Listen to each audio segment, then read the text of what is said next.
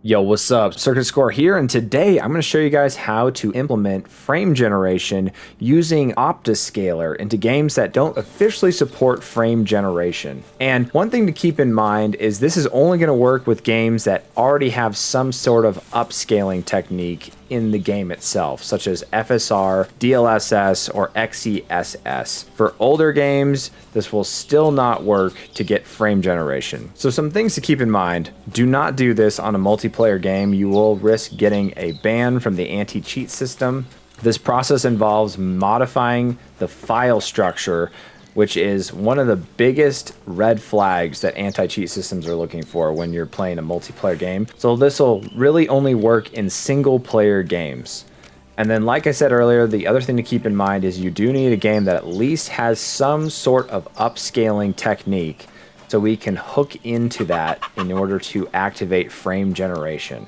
So today, like I said, we're going to be using a program called OptiScaler. OptiScaler is a super powerful program that allows you to change the different upscaling techniques based on the original input. So for example, if a game only had FSR, you could use this program to get DLSS. Or in our case today, if a game doesn't support frame generation but supports DLSS or FSR, but no frame gen, we can actually use that to get in-game frame generation through the OptiScaler OptiFG frame gen method. So here we are on the GitHub page, and you can go through and read all this. I've actually done a full OptiScaler guide. So if you want a little more information on OptiScaler and all of its different features, go ahead and check out that video. Today, we are mainly just going to be focusing on forcing frame generation. So if we go to releases here, you can see that the latest stable release was August 2025.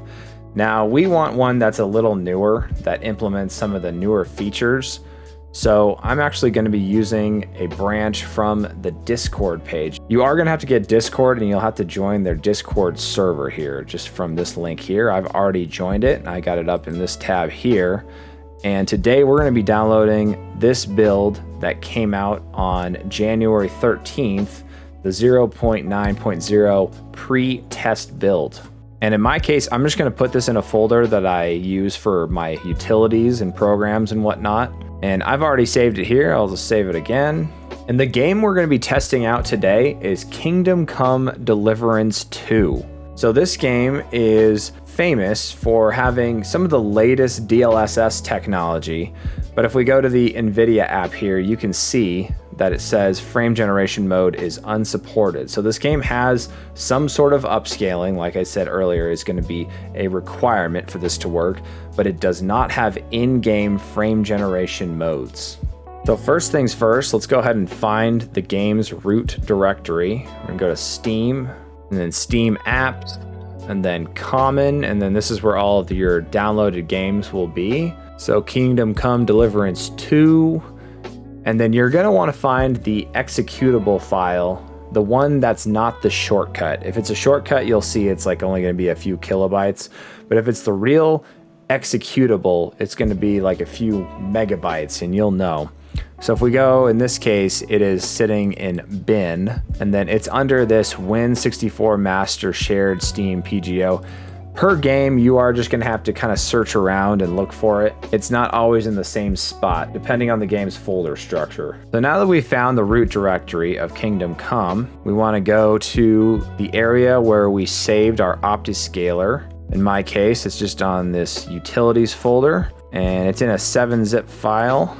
So this is the one, I've used this a few different times. I probably need to purge out some of the old versions, but the version we're using today is this pre-9.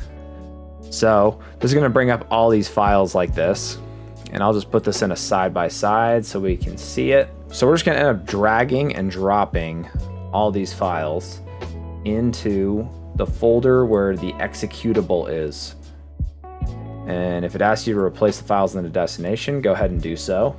And then once you've done that, you want to go ahead and find this Setup Windows bat and go ahead and click on it. And it's going to run you through an installation prompt for OptiScaler. So this is pretty straightforward. In my case, I'm just going to go with 1.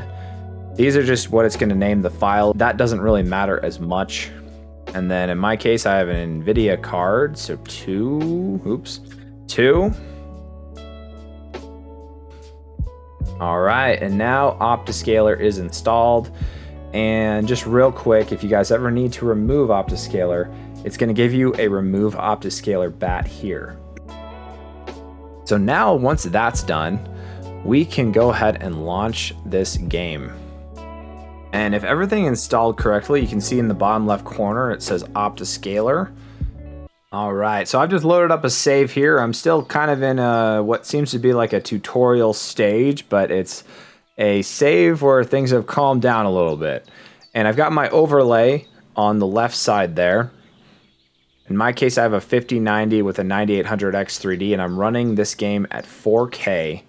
And it's honestly crazy because I think I'm using the DLSS transformer model right now on performance, and even with my system, I'm only getting 130 FPS. So the game's not very well optimized as is, which is where the frame generation is going to come in handy for many people, especially in this game. So if I go to my settings real quick here, we just want to make sure that DLSS or any upscaling technique is turned on. So resolution scaling here, I have DLSS 4 transformer model on performance mode. In this game, I think even has FSR and XeSS, but I would much rather use DLSS 4 in this case. Okay, so once we've done that, in order to activate OptiScaler, you can hit insert on your keyboard. So I hit insert here, and then this game doesn't really pause. You have to kind of pause it yourself. I'm going to increase this a little bit so we can see it better. Okay, there we go. So right now, it is just using the upscaling method of DLSS, which I think that is fine. You can change the upscaling override, so you could even load up the latest DLSS DLL. I think you do have to go find that. You could use DLSS Swapper if you wanted to get a later version of DLSS. But since this game already ships with 4, you could probably just set it to K. Okay. And then the next thing we want to do for forcing frame generation. So under this frame generation drop down, there are a bunch of different options here. In this case, if it's a game that doesn't have frame gen already built into the game, the only option that's going to work is OptiFG Upscaler. So that's the frame generation source, is essentially OptiScaler. And then you want to have a frame generation output here. So in this case, again, the only one, well, actually, I think XeFG is also going to work. But in our case, we want to use FSR-FG. That's going to be the best version of frame generation. That's AMD's version. And then once we've got that all set up, we can hit this Save INI button, and you will have to restart your game for this to kick in. So let's go ahead and do that. All right, so we're back in game. And we can go ahead and go back to our OptiScaler menu here. And now we've got these options set. Now the next thing we want to do, it adds a bunch of options down here once you enable frame generation.